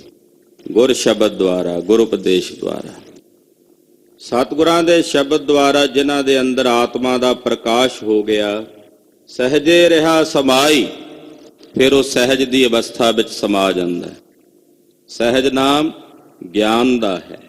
ਫਿਰ ਉਹ ਆਪਣੇ ਨਿਜ ਸਵਰੂਪ ਦੀ ਗਿਆਨ ਦੀ ਅਵਸਥਾ ਵਿੱਚ ਸਮਾ ਜਾਂਦਾ, ਭੇਦ ਹੋ ਜਾਂਦਾ ਹੈ। ਰਹਾਉ ਗੁਰਮੁਖ ਗਾਵੇ ਗੁਰਮੁਖ ਬੂਝੈ। ਗੁਰਮੁਖ ਵਾਹਿਗੁਰੂ ਪਰਮੇਸ਼ਰ ਦੀ ਸਿਫਤ ਨੂੰ ਗਾਉਂਦੇ ਹਨ। ਗਾ ਗਾ ਕੇ ਗੁਰਮੁਖ ਆਪਣੇ ਨਿਜ ਰੂਪ ਨੂੰ ਬੁੱਝਦੇ ਨੇ। ਗੁਰਮੁਖ ਵਾਹਿਗੁਰੂ ਪਰਮੇਸ਼ਰ ਦੇ ਗੁਣਾਂ ਨੂੰ ਗਾਉਂਦੇ ਨੇ, ਔਰ ਗਾ ਗਾ ਕੇ ਹੀ ਗੁਰਮੁਖ ਆਪਣੇ ਨਿਜ ਸਰੂਪ ਨੂੰ ਬੁੱਝਦੇ ਨੇ, ਜਾਣਦੇ ਹਨ। ਗੁਰਮੁਖ ਸ਼ਬਦ ਵਿਚਾਰੇ। ਜਿਹੜੇ ਗੁਰਮੁਖ ਨੇ ਉਹ ਸਤਿਗੁਰਾਂ ਦੇ ਸ਼ਬਦ ਨੂੰ ਵਿਚਾਰਦੇ ਹਨ। ਗੁਰਮੁਖ ਗਾਉਂਦੇ ਨੇ, ਗੁਰਮੁਖ ਬੁੱਝਦੇ ਨੇ ਤੇ ਗੁਰਮੁਖ ਸ਼ਬਦ ਨੂੰ ਵਿਚਾਰਦੇ ਨੇ। ਧੰਨ ਗੁਰੂ ਨਾਨਕ ਸਾਹਿਬ ਦੀ ਪਾਵਨ ਪੰਕਤੀ ਦੀ ਵਿਆਖਿਆ ਹੈ, ਗੁਰਮੁਖ ਨਾਦੰ ਗੁਰਮੁਖ ਵੇਦੰ ਗੁਰਮੁਖ ਰਿਹਾ ਸਮਾਈ। ਗੁਰਮੁਖ ਕੀਰਤਨ ਕਰਦੇ ਨੇ, ਨਾਦੰ ਗਾਉਂਦੇ ਆ ਵਾਹਿਗੁਰੂ ਦੇ ਕੀਰਤਨ ਨੂੰ, ਵੇਦੰ ਉਹ ਵਿਚਾਰ ਕਰਦੇ ਹਨ। ਵਿਚਾਰ ਕਰਦਿਆਂ ਕਰਦਿਆਂ ਕੀ ਹਾਂ ਅਸੀਂ, ਸਾਡਾ ਸਰੂਪ ਕੀ ਹੈ, ਕਿ ਮੈਂ ਬਾਹਰਲਾ ਸਥੂਲ ਸਰੀਰ ਹਾਂ, ਸੂਖਸ਼ਮ ਹਾਂ, ਕਾਰਨ ਹਾਂ। ਪੰਜ ਕੋਸ਼ਾਂ ਨੂੰ ਵਿਚਾਰਦਿਆਂ ਵਿਚਾਰਦਿਆਂ ਮੈਂ ਇਹ ਕੀ ਹਾਂ, ਇਹ ਕਾਹਦੇ ਬਣੇ ਹੋਏ ਨੇ, ਉਹਨਾਂ ਨੂੰ ਵਿਚਾਰ ਕਰਦਿਆਂ ਕਰਦਿਆਂ ਗੁਰਮੁਖ ਫਿਰ ਆਪਣੀ ਨਿਜ ਆਤਮਾ ਵਿੱਚ ਜਾ ਕੇ ਸਮਾ ਜਾਂਦਾ ਹੈ, ਭੇਦ ਹੋ ਜਾਂਦਾ ਹੈ। ਹਾਂਜੀ। ਜਿਉ ਪਿੰਡ ਸਭ ਗੁਰ ਤੇ ਉਪਜੈ ਗੁਰਮੁਖ ਕਾਰਜ ਸਵਾਰੇ। ਇਹ ਜੀਓ, ਇਹ ਪਿੰਡ ਸਰੀਰ ਸਭ ਕੁਝ ਗੁਰੂ ਕਰਕੇ ਸਫਲੇ ਹੁੰਦੇ ਐ। ਉਪਜੈ ਦਾ ਇੱਥੇ ਮਹਾਂਪੁਰਸ਼ਾਂ ਨੇ ਅਰਥ ਕੀਤਾ ਸਫਲ ਹੋਣਾ। ਸਤਿਗੁਰਾਂ ਦੀ ਦਇਆ ਨਾਲ ਇਹ ਮਨੁੱਖੀ ਜਨਮ ਸਫਲ ਹੁੰਦਾ ਹੈ, ਜੀਓ ਪਿੰਡ ਸਫਲ ਹੁੰਦਾ। ਨਹੀਂ ਤਾਂ ਨਿਸ਼ਫਲ ਗਵਾਉਣ ਵਾਲੇ ਬਹੁਤ ਨੇ, ਪਰ ਜਿਨ੍ਹਾਂ ਤੇ ਗੁਰੂ ਦਾ ਤਰਸ ਹੁੰਦਾ, ਗੁਰੂ ਸਾਹਿਬ ਜੀ ਦੀ ਬਖਸ਼ਿਸ਼ ਹੁੰਦੀ ਹੈ, ਉਹਨਾਂ ਦਾ ਇਹ ਜੀਓ ਪਿੰਡ ਸਫਲ ਹੋ ਜਾਂਦਾ ਹੈ। ਔਰ ਜਿਹੜੇ ਗੁਰਮੁਖ ਨੇ ਉਹ ਆਪਣਾ ਕਾਰਜ ਸਵਾਰ ਲੈਂਦੇ, ਮਨੁੱਖਾ ਜਨਮ ਨੂੰ ਸਫਲ ਕਰਨ ਦਾ ਕਾਰਜ। ਸਾਡਾ ਆਹੀ ਕੰਮ ਹੈ ਨਾ ਵੀ ਅਸੀਂ ਇਹਨੂੰ ਸਫਲ ਕਰਨਾ, ਇਹ ਮਨੁੱਖੀ ਜ਼ਿੰਦਗੀ ਨੂੰ ਸਫਲ ਕਰਨਾ, ਆਹ ਕੰਮ ਹੈ ਸਾਡਾ। ਬਾਕੀ ਤਾਂ ਹੋਰ ਧੰਦੇ ਨੇ ਜਿਹੜੇ ਸੰਸਾਰ ਦੇ ਅਸੀਂ ਕਰਦੇ ਫਿਰਦੇ ਹਾਂ। ਮੁੱਖ ਕਾਰਜ ਤਾਂ ਸਾਡਾ ਇਸ ਮਨੁੱਖੀ ਜਨਮ ਨੂੰ ਸਫਲ ਕਰਨ ਦਾ ਹੈ। ਗੁਰਮੁਖ ਆਪਣੇ ਇਸ ਕਾਰਜ ਨੂੰ ਸਵਾਰ ਲੈਂਦੇ ਹਨ। ਮਨ ਮੁਖ ਅੰਧਾ ਅੰਧ ਕਮਾਵੇ ਬਿਖ ਖੱਟੇ ਸੰਸਾਰੇ। ਜਿਹੜਾ ਮਨਮੁਖ ਹੈ ਅਗਿਆਨਤਾ ਦੇ ਹਨੇਰੇ ਵਿੱਚ ਅੰਨਾ ਹੋਇਆ ਅੰਨ ਹੀ ਕਮਾਉਂਦਾ। ਜਦੋਂ ਅੰਨਾ ਹੋਇਆ ਵਿਦਿਆ ਗਿਆਨਤਾ ਦੇ ਹਨੇਰੇ ਕਰਕੇ ਮਨਮੁਖ, ਉਹਨੇ ਅੰਧ ਕਮਾਉਣੇ, ਪਾਪ ਹੀ ਕਰਨੇ। ਉਹਦੇ ਤੋਂ ਕਦੇ ਭਲਾ ਨਹੀਂ ਹੋ ਸਕਦਾ। ਉਹਦਾ ਸੁਭਾਅ ਬਣ ਗਿਆ ਹੁੰਦਾ ਵੀ ਉਹਨੇ ਮਾੜੇ ਕਰਮ ਕਰਨੇ ਆ, ਜਿਹੜਾ ਮਨਮੁਖ ਹੈ। ਕਿਉਂਕਿ ਅੰਨਾ ਹੈ ਤੇ ਅੰਨੇ ਨੇ ਅੰਨਿਆਂ ਵਾਲੇ ਕੰਮ ਕਰਨੇ ਆ, ਉਹ ਕਿਵੇਂ ਸੁਜਾਖਿਆਂ ਵਾਲੇ ਕੰਮ ਕਰੇਗਾ। ਤੋ ਮਨਮੁਖ ਅੰਨਾ ਹੈ, ਇਸ ਕਰਕੇ ਅੰਧ ਹੀ ਕਮਾਉਂਦਾ, ਮਾੜੇ ਭੈੜੇ ਕਰਮ ਹੀ ਕਮਾਉਂਦਾ। ਬਿਖ ਖੱਟੇ ਸੰਸਾਰੇ, ਉਹ ਇਸ ਸੰਸਾਰ ਦੇ ਵਿੱਚ ਜ਼ਹਿਰ ਹੀ ਖੱਟਦਾ। ਸਾਰੀ ਜ਼ਿੰਦਗੀ ਜ਼ਹਿਰ ਨੂੰ ਇਕੱਠਿਆਂ ਕਰਦਿਆਂ ਆਪਣੀ ਜ਼ਿੰਦਗੀ ਬਤੀਤ ਕਰਦਾ। ਜਿਤਨੇ ਪਾਪ ਕਰਮ ਨੇ, ਜਿਤਨੇ ਮਾੜੇ ਭੈੜੇ ਕਰਮ ਨੇ, ਜ਼ਹਿਰ ਹੀ ਹੈ। ਤੇ ਮਨਮੁਖ ਸਾਰੀ ਜ਼ਿੰਦਗੀ ਇਸ ਜ਼ਹਿਰ ਨੂੰ ਇਕੱਠਿਆਂ ਕਰਦਿਆਂ ਬਤੀਤ ਕਰਦਾ ਹੈ। ਮਾਇਆ ਮੋਹੇ ਸਦਾ ਦੁੱਖ ਪਾਏ ਬਿਨ ਗੁਰ ਅਤ ਪਿਆਰੇ। ਸਤਿਗੁਰਾਂ ਦੇ ਅਤੀ ਪਿਆਰ ਤੋਂ ਬਿਨਾਂ, ਅਨਵੈ ਰੀਤੀ ਦੁਆਰਾ ਅਰਥ ਕਰਦੇ, ਗੁਰੂ ਸਾਹਿਬ ਜੀ ਦੇ ਅਤ ਪਿਆਰ ਤੋਂ ਬਿਨਾਂ, ਜਿਹੜਾ ਬੜਾ ਹੀ ਪਿਆਰਾ ਹੈ, ਗੁਰੂ ਸਾਹਿਬ ਦਾ ਪਿਆਰ ਅਤੀ ਪਿਆਰਾ ਤਾਂ ਕਿਹਾ ਵੀ ਸਤਿਗੁਰਾਂ ਦੇ ਪਿਆਰ ਦੇ ਤੁੱਲ, ਪ੍ਰੇਮ ਦੇ ਤੁੱਲ ਦੁਨੀਆ ਦੀ ਕੋਈ ਪ੍ਰੀਤ ਨਹੀਂ ਹੈ। ਤੋ ਸਤਿਗੁਰਾਂ ਦੀ ਪ੍ਰੀਤ ਤੋਂ ਬਿਨਾਂ ਇਹ ਜੀਵ ਮਾਇਆ ਦੇ ਮੋਹ ਵਿੱਚ ਲੱਗਾ ਹੋਇਆ ਸਦਾ ਦੁੱਖ ਪਾਉਂਦਾ ਹੈ। ਮਾਇਆ ਦੀ ਮਮਤਾ ਵਿੱਚ ਲੱਗਾ ਹੋਇਆ ਸਦਾ ਹੀ ਦੁੱਖ ਪਾਉਂਦਾ ਹੈ। ਸੋਈ ਸੇਵਕ ਜੇ ਸਤਿਗੁਰ ਸੇਵੇ, ਚਾਲੈ ਸਤਿਗੁਰ ਭਾਏ। ਉਹੀ ਅਸਲ ਵਿੱਚ ਸੇਵਕ ਹੈ ਜਿਹੜਾ ਸਤਿਗੁਰਾਂ ਦੀ ਸੇਵਾ ਕਰਦਾ, ਆਪਣਾ ਤਨ ਮਨ ਧਨ ਗੁਰੂ ਨੂੰ ਸੌਂਪ ਕੇ, ਔਰ ਸਤਿਗੁਰਾਂ ਦੇ ਭਾਣੇ ਵਿੱਚ, ਸਤਿਗੁਰਾਂ ਦੀ ਰਜ਼ਾ ਵਿੱਚ ਚੱਲਦਾ, ਗੁਰੂ ਦੇ ਭਾਣੇ 'ਚ ਚੱਲਦਾ। ਜਿਹੜਾ ਆਪਣੀਆਂ ਆਪ ਹੁਦਰੀਆਂ ਕਰੇ ਉਹ ਸੇਵਕ ਥੋੜੀ ਹੈ। ਸੇਵਕ ਤਾਂ ਉਹ ਹੁੰਦਾ ਜਿਹੜਾ ਆਪਣੇ ਮਾਲਕ ਦੇ ਦਿਸ਼ਾ ਨਿਰਦੇਸ਼ ਅਨੁਸਾਰ ਕੰਮ ਕਰੇ। ਜੋ ਉਹਦੇ ਮਾਲਕ ਨੇ ਕਿਹਾ, ਉਸ ਦੇ ਸੁਆਮੀ ਨੇ ਕਿਹਾ, ਉਹਦੇ ਵਿੱਚ ਤਤਪਰ ਹੋਵੇ, ਉਹ ਸੇਵਕ ਹੈ। ਜਿਹੜਾ ਆਪ ਹੁਦਰੀਆਂ ਕਰੇ, ਆਪਣੀਆਂ ਮਰਜ਼ੀਆਂ ਕਰੇ, ਉਹ ਕਾਹਦਾ ਸੇਵਕ? ਸਤਿਗੁਰਾਂ ਦਾ ਸੇਵਕ ਸਿੱਖ ਉਹ ਹੈ ਜਿਹੜਾ ਸਤਿਗੁਰਾਂ ਦੇ ਭਾਣੇ ਵਿੱਚ ਚੱਲਦਾ, ਜਿਹੜਾ ਸਤਿਗੁਰਾਂ ਦੀ ਰਜ਼ਾ ਵਿੱਚ, ਸਤਿਗੁਰਾਂ ਦੇ ਹੁਕਮ 'ਚ ਰਹਿ ਕੇ ਸੇਵਾ ਕਰਦਾ। ਹਾਂਜੀ। ਸਾਚਾ ਸ਼ਬਦ ਸਿਫਤ ਹੈ ਸਾਚੀ, ਸਾਚਾ ਮਨ ਵਸਾਏ। ਮੇਰੇ ਸਤਿਗੁਰਾਂ ਦਾ ਸ਼ਬਦ ਵੀ ਸੱਚਾ ਹੈ ਤੇ ਮੇਰੇ ਸਾਹਿਬ ਦੀ ਜਿਹੜੀ ਸਿਫਤ ਹੈ ਉਹ ਵੀ ਸੱਚੀ ਹੈ। ਦੁਨੀਆ ਦੇ ਲੋਕਾਂ ਦੇ ਕਹੇ ਹੋਏ ਸ਼ਬਦ ਵੀ ਝੂਠੇ ਨੇ ਤੇ ਉਹਨਾਂ ਦੀਆਂ ਕਹੀਆਂ ਹੋਈਆਂ ਸਿਫਤਾਂ ਵੀ ਝੂਠੀਆਂ ਨੇ, ਪਰ ਮੇਰੇ ਸਾਹਿਬ ਸੁਆਮੀ ਦਾ ਸ਼ਬਦ ਵੀ ਸੱਚਾ ਹੈ ਔਰ ਮੇਰੇ ਸਾਹਿਬ ਸੁਆਮੀ ਦੀ ਸਿਫਤ ਵੀ ਸੱਚੀ ਹੈ। ਔਰ ਜਿਹੜੇ ਸਾਹਿਬ ਦੀ ਸੱਚੀ ਸਿਫਤ ਵਿੱਚ ਜੁੜਦੇ ਨੇ ਉਸ ਸੱਚੇ ਨੂੰ ਆਪਣੇ ਮਨ 'ਚ ਵਸਾ ਲੈਂਦੇ ਹਨ। ਉਹਨਾਂ ਦੇ ਹਿਰਦਿਆਂ ਵਿੱਚ ਉਹ ਸੱਚ ਸਰੂਪ ਵਾਹਿਗੁਰੂ ਜੀ ਆ ਵਸਦੇ ਹਨ।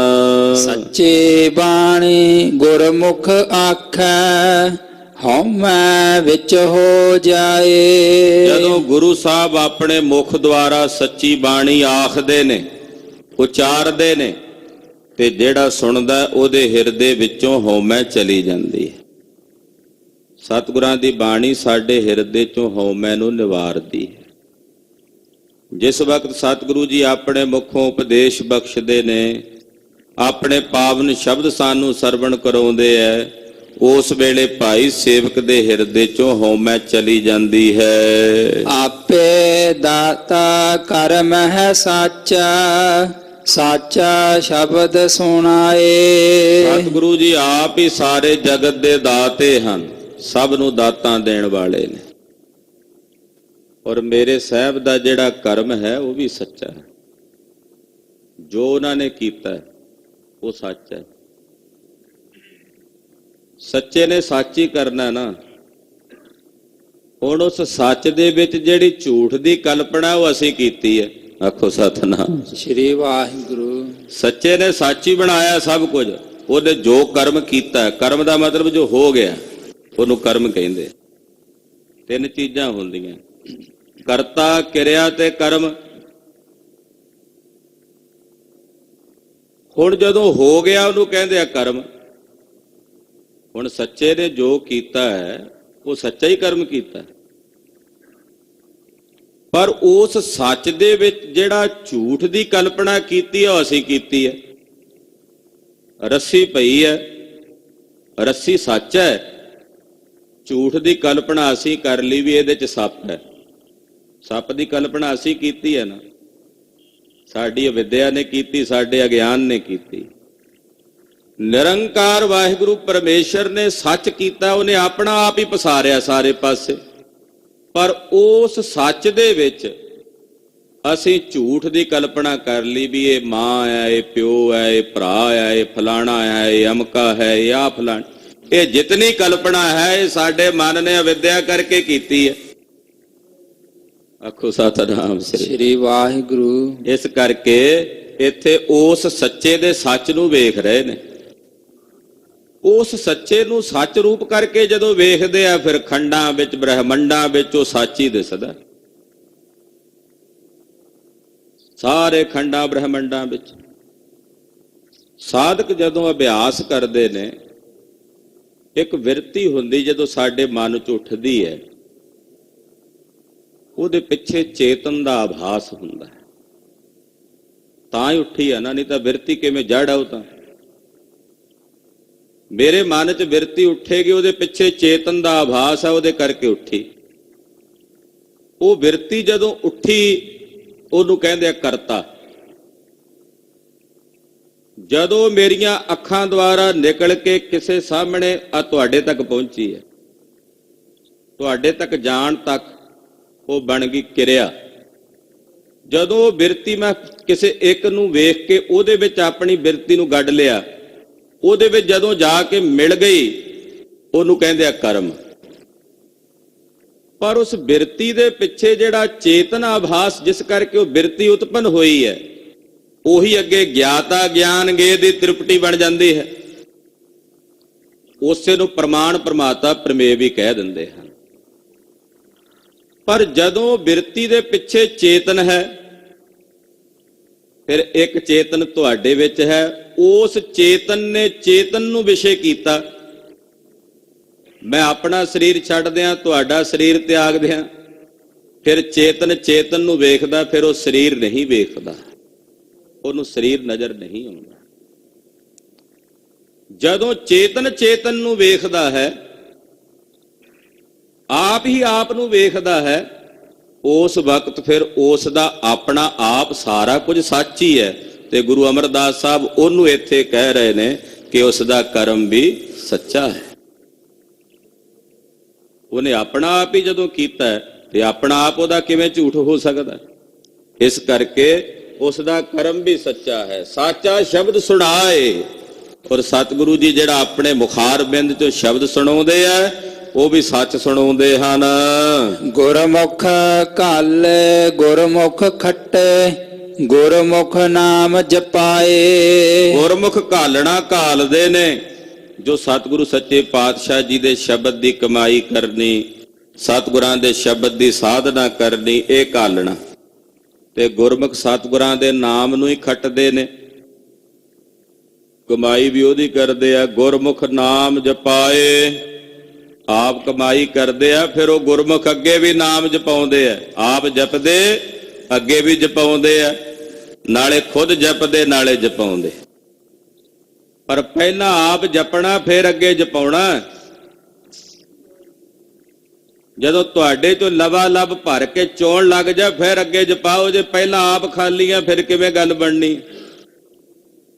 ਇਸ ਕਰਕੇ ਗੁਰਮੁਖ ਪਹਿਲਾਂ ਆਪ ਜਪਦੇ ਨੇ, ਵਿਆਜਦੇ ਨੇ, ਕਮਾਈ ਕਰਦੇ ਐ, ਫਿਰ ਅੱਗੇ ਜਪਾਉਂਦੇ ਐ।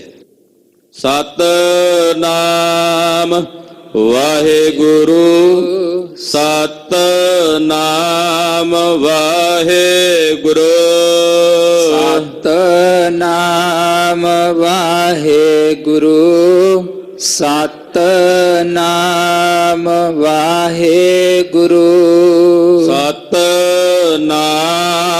ਵਾਹਿਗੁਰੂ, ਸਤਿਨਾਮ ਵਾਹਿਗੁਰੂ, ਸਤਿਨਾਮ ਵਾਹਿਗੁਰੂ, ਸਤਿਨਾਮ ਵਾਹਿਗੁਰੂ। ਇਹਦਾ ਭਾਈ ਗੁਰਮੁਖ ਜਪਦੇ ਤੇ ਜਪਾਉਂਦੇ ਹਨ। ਸਦਾ ਅਲਿਪਤ ਸਾਚੈ ਰੰਗ ਰਾਤਾ, ਗੁਰ ਕੈ ਸਹਿਜ ਸੁਭਾਏ। ਜਿਹੜੇ ਬ੍ਰਹਮ ਗਿਆਨ ਵਿੱਚ ਸਥਿਤ ਹੋ ਗਏ, ਉਹ ਫਿਰ ਸਦਾ ਅਲਿਪਤ ਹੋ ਜਾਂਦੇ ਹੈ। ਕਿਸੇ ਸ਼ੈ ਵਿੱਚ ਲਿਪਾਏ ਮਾਨ ਨਹੀਂ, ਸਦਾ ਅਲਿਪਤ। ਸਾਚਾ ਰੰਗ ਰਾਤਾ, ਉਹ ਸੱਚੇ ਦੇ ਰੰਗ ਦੇ ਵਿੱਚ ਰੱਤੇ ਹੋਏ, ਪ੍ਰੇਮ ਦੇ ਵਿੱਚ ਰੰਗੇ ਹੋਏ, ਉਹ ਸੰਸਾਰ ਵਿੱਚ ਲਿਪਾਏ ਮਾਨ ਨਹੀਂ ਹੁੰਦੇ। ਬ੍ਰਹਮ ਗਿਆਨੀ ਸਦਾ ਨਿਰਲੇਪ, ਜੈਸੇ ਜਲ ਮਹਿ ਕਮਲ ਅਲੇਪ। ਏਦਾਂ ਨਿਰਲੇਪ ਰਹਿੰਦੇ ਆ। ਔਰ ਦੁਬਾਰਾ ਪੜ੍ਹੀਏ ਜੀ। ਸਦਾ ਅਲਿਪਤ ਸਾਚੈ ਰੰਗ ਰਾਤਾ, ਗੁਰ ਕੈ ਸਹਿਜ ਸੁਭਾਏ। ਗੁਰੂ ਤੋਂ ਸੁਤੇ ਸਿੱਧ ਸੁਭਾਵਕ ਇਹ ਗਿਆਨ ਉਹਨਾਂ ਨੂੰ ਪ੍ਰਾਪਤ ਹੋਇਆ। ਸੁਤੇ ਸਿੱਧ ਦਾ ਇੱਥੇ ਜਦੋਂ ਸ਼ਬਦ ਆਉਂਦਾ ਨਾ ਸੁਭਾਏ ਸੁਭਾਵਕ, ਇਹਦਾ ਮਤਲਬ ਹੈ ਵੀ ਸਾਡੀ ਕਿਸੇ ਕਾਲਣਾ ਕਰਕੇ ਨਹੀਂ, ਗੁਰੂ ਨੇ ਤਰਸ ਕਰਕੇ ਇੱਕਦਮ ਮੌਜ ਵਿੱਚ ਆਇਆ, ਤੇਰੇ ਤੇ ਕਿਰਪਾ ਕਰ ਦੇ, ਆ ਤੇਰੇ ਤੇ ਤਰਸ ਕਰ ਦੇ। ਪਰ ਅਸੀਂ ਕਾਲਣਾ ਤੋਂ ਨਹੀਂ ਖੁੰਝਣਾ, ਜੁੜੇ ਰਹਿਣਾ ਤੇ ਉਡੀਕ ਕਰਨੀ ਹੈ, ਪ੍ਰਭ ਮੋਹਿ ਕਬ ਗਲ ਲਾਵਾਂਗੇ। ਪਰ ਜਦੋਂ ਸਤਿਗੁਰਾਂ ਗਿਆਨ ਦੇਣਾ, ਉਦੋਂ ਇਹ ਨਹੀਂ ਜਾਣਨਾ ਮੇਰੀ ਕਾਲਣਾ ਕਰਕੇ ਮਿਲਿਆ, ਨਾ ਬਈ। ਸੁਤੇ ਸਿੱਧ ਸੁਭਾਵਕ ਜਦੋਂ ਸਤਿਗੁਰੂ ਜੀ ਗਿਆਨ ਬਖਸ਼ਦੇ ਨੇ, ਸੇਵਕ ਨੂੰ ਪ੍ਰਾਪਤ ਹੁੰਦਾ ਹੈ। ਮਨ ਮੁਖ ਸਾਧਹੀ ਕੂੜੋ ਬੋਲੇ, ਬਿਖ ਬੀਜੈ ਬਿਖ ਖਾਏ। ਮਨਮੁਖ ਬੰਦਾ ਸਦਾ ਝੂਠ ਬੋਲਦਾ ਹੈ, ਉਹਦੀ ਰਸਨਾ ਤੇ ਹਮੇਸ਼ਾ ਕੂੜ ਕਬਾੜ ਹੁੰਦਾ ਹੈ। ਗੁਰਮੁਖਾਂ ਦੀ ਰਸਨਾ ਤੇ ਹਮੇਸ਼ਾ ਮੋਰੀ ਰੁਣ ਚੁਣ ਲਾਇਆ ਦੀ ਖੇਡ ਹੁੰਦੀ ਹੈ। ਜਿਵੇਂ ਮੋਰ ਨਹੀਂ ਬੋਲਦੇ, ਰੁਣ ਚੁਣ ਲਾ ਕੇ ਰੱਖਦੇ ਮਿੱਠੀ ਮਿੱਠੀ ਆਵਾਜ਼ ਵਿੱਚ, ਗੁਰਮੁਖਾਂ ਦੀ ਰਸਨਾ ਤੇ ਤਾਂ ਹਮੇਸ਼ਾ ਗੁਰੂ ਕੀ ਬਾਣੀ ਦੀ ਮਿੱਠੀ ਮਿੱਠੀ ਧੁਨ ਹੁੰਦੀ। ਮਨਮੁਖ ਨੇ ਹਮੇਸ਼ਾ ਕੂੜ ਕਬਾੜ ਹੀ ਬੋਲਣਾ। ਉਹਨਾਂ ਬਾਬਤ ਕਹਾਵਤ ਹੈ ਵੀ ਮੁਰਦਾ ਬੋਲੇ ਤੇ ਖੱਫਣ ਪਾੜੇ, ਕਹਿ ਨਹੀਂ ਦਿੰਦੇ। ਤੋ ਮਨਮੁਖ ਨੇ ਹਮੇਸ਼ਾ ਕੂੜ ਬੋਲਣਾ, ਝੂਠ ਬੋਲਣਾ, ਉਹਦੀ ਰਸਨਾ ਤੋਂ ਕਦੇ ਸੱਤ ਨਹੀਂ ਉਚਰਿਆ ਜਾਂਦਾ।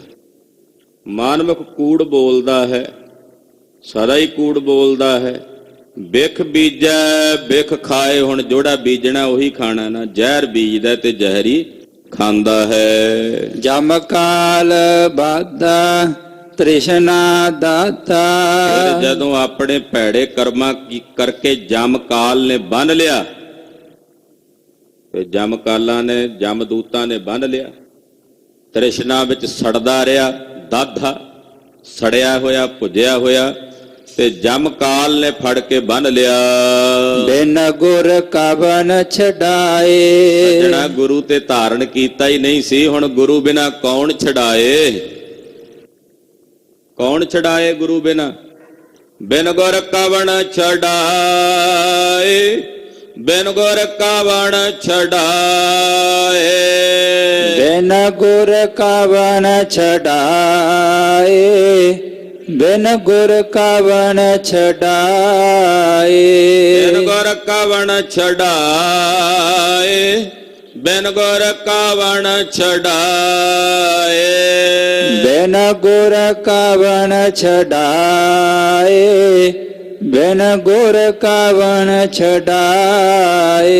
ਗੁਰੂ ਬਿਨਾ ਕੌਣ ਛਡਾਏ?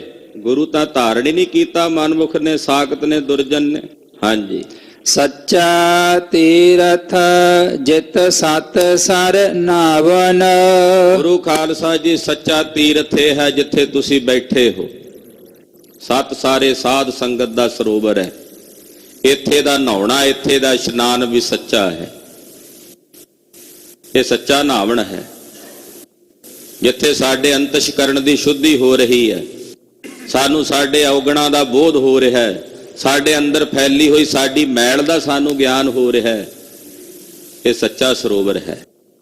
ਇੱਥੇ ਦਾ ਨਹਾਉਣਾ ਵੀ ਸੱਚਾ ਹੈ, ਇਹ ਸੱਚਾ ਤੀਰਥ ਹੈ। ਗੁਰਮੁਖ ਆਪ ਬੁਝਾਏ। ਪਰ ਇਹ ਖੇਡ ਉਹੀ ਬੁਝਦੇ ਨੇ ਜਿਨ੍ਹਾਂ ਨੂੰ ਗੁਰੂ ਆਪ ਆਪਣੇ ਮੁਖ ਦੁਆਰਾ ਬੁਝਾਉਂਦਾ ਹੈ, ਜਿਨ੍ਹਾਂ ਨੂੰ ਸਤਿਗੁਰੂ ਜੀ ਆਪ ਕਿਰਪਾ ਕਰਕੇ ਬੁਝਾਉਂਦੇ ਨੇ, ਜਣਾਉਂਦੇ ਨੇ।